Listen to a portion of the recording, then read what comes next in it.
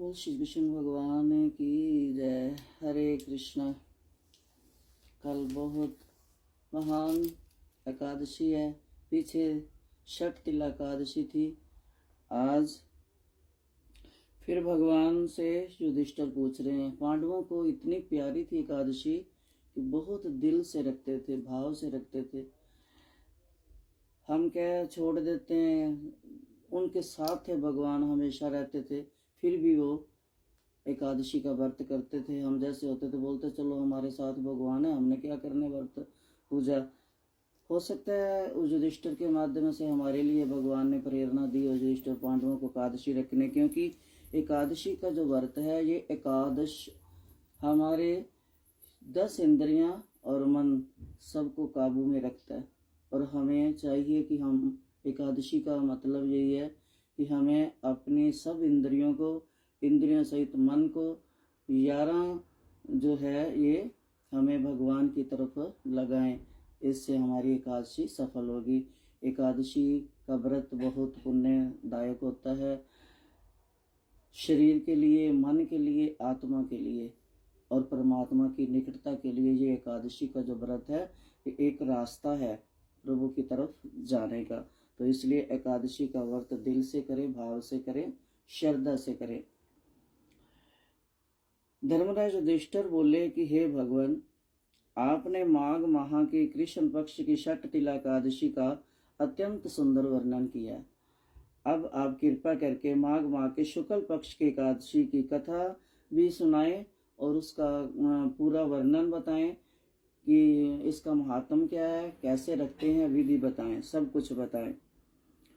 इस एकादशी का नाम क्या है, विधि कैसे है और किस देवता का इस दिन पूजा करनी चाहिए, कौन सा इस एकादशी का इष्ट है। तो श्री कृष्ण भगवान बोले कि हे राजन, माघ माह की शुक्ल पक्ष की एकादशी का नाम जया है।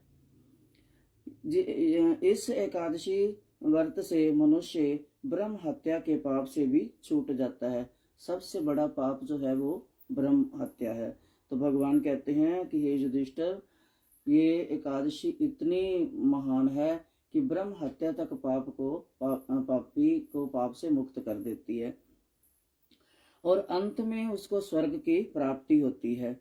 इस व्रत से मनुष्य कुयोनि अर्थात भूत प्रेत 50 ये जो नीची योनियां हैं इनसे छुटकारा दिलाती है। अतः इस एकादशी के व्रत को विधि पूर्वक करना चाहिए, भाव से करना चाहिए कि ये जो एकादशी है मेरे कृष्ण को बहुत प्रिय है। और हम भगवान कहते हैं ना कि जो किसी की भी हम प्रिय बात मानते हैं तो उसको अच्छा लगता है, तो हम भगवान की बात मानेंगे, उसके प्रिय व्रत को करेंगे तो भगवान खुश होंगे। इस एकादशी के व्रत को विधि पूर्वक करना चाहिए। हे राजन, मैं एक पौराणिक कथा कहता हूँ। भगवान उदाहरण सहित युधिष्ठिर को समझा रहे हैं एक कहानी के माध्यम से। कथा के अंदर कथा। एक समय इंद्र नागलोक में अपनी इच्छा अनुसार अप्सराओं के साथ रमन कर रहा था।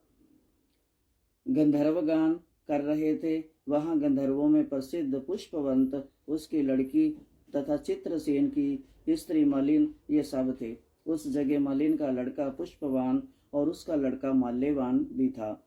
उस समय पुष्पवती नामक एक गंधर्व स्त्री माल्यवान को देखकर मोहित हो गई।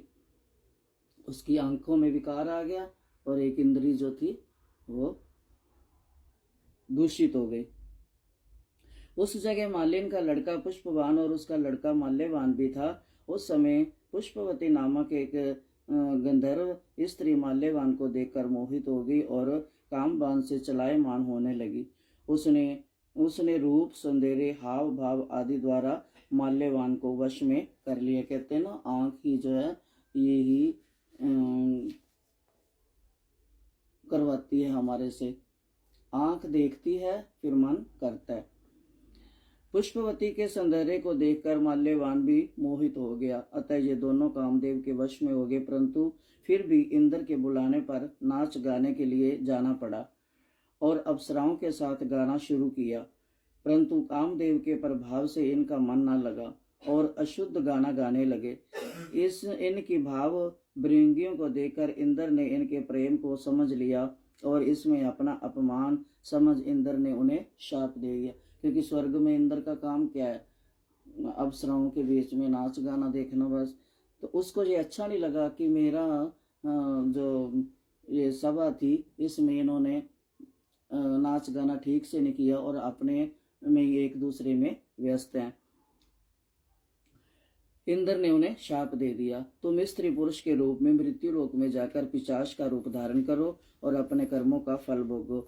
इंद्र का शाप सुनकर वे अत्यंत दुखी हुए और हिमाचल पर्वत पर पिशाच बनकर दुख पूर्वक अपना जीवन व्यतीत करने लगे।